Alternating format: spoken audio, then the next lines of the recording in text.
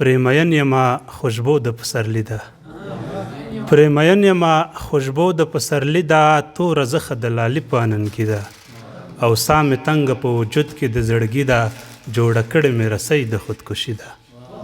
پرې مین یمه خوشبو د پسرلي ده توره زخه د لالي په اننګي ده ساه مې تنګه په وجود کې د زړګي ده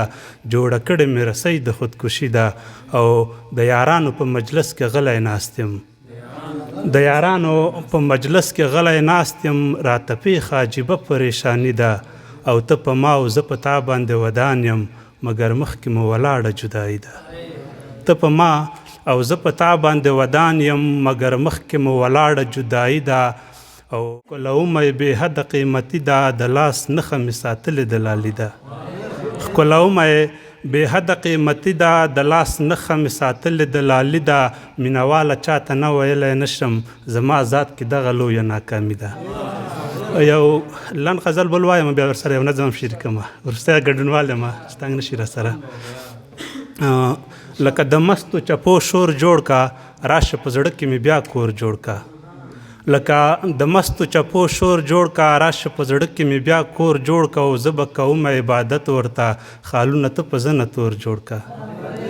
زه به کومه عبادت ورته خالونه ته په زنه تور جوړ کا او په نصیحت باندې سړی نه شومه په دعاګانو مې اوس مور جوړ کا په نصیحت باندې سړی نه شومه په دعاګانو مې اوس مور جوړ کا لکه عمر عثمان علي او صدیق ژوند کې یاران داسې څلور جوړ کا مننه کوم لکه عمر عثمان علي او صدیق ژوند کې یاران داسې څلور جوړ کا وطن د بل په مټو نه جوړیږي وطن د خپل مټو په زور جوړ کا نړۍ مننه چې وطن د بل په مټو نه جوړیږي وطن د خپل مټو په زور جوړ کا او ستا مینوال ستا کلیوال یم زه مانه د خپلو سترګو تور جوړ کا یو وړکی نظم در سره وایم اخري کې چې ذوالجلاله ته یې ذوالجلاله ته یې اورې دا بنده دې څومره ښه دی مکمل ماله جوړ شوی مکمل زما په زړه دی ذوالجلاله ته یې اورې دا بنده دې څومره ښه دی مکمل ماله جوړ شوی مکمل زما په زړه دی خو خبر د قسمتونو چې نصیب کې به د چا وي داسې نه چې د رقیب شي داسې نه چې بې وفا وي خو خبر د قسمتونو چې نصیب کې به د چا وي داسې نه چې د رقیب شي داسې نه چې بې وفا وي بیا خو ژوند به لوی عذاب شي بیا خو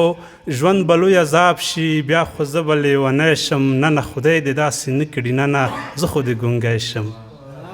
بیا خو ژوند به لوی عذاب شي بیا خو زه به لیونی شم نه نه خدای دې داسې نه کړي نه نه زه خو دې ګونګی شم چې کوم داسې فکرونه خپل ځان بربادومه خدایه ته مې په نصیب کړې چې همیشه یادومه خدایه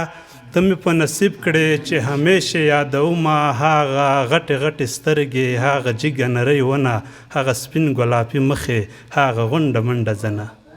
هغه غټې غټې سترګې هغه جګه نرۍ ونه هغه سپین ګلابي مخې هغه غونډه منډه زنه نه نه هیره به مې نشي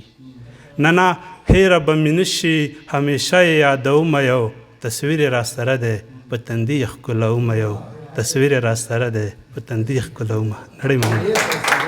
د شیبه باران مشاعره د هرې جمعې په ورځ 2 بجې وروسته له غرمې ترسره کیږي د ګډون او معلوماتو لپاره د شمیرې سره اړیکه ونیسئ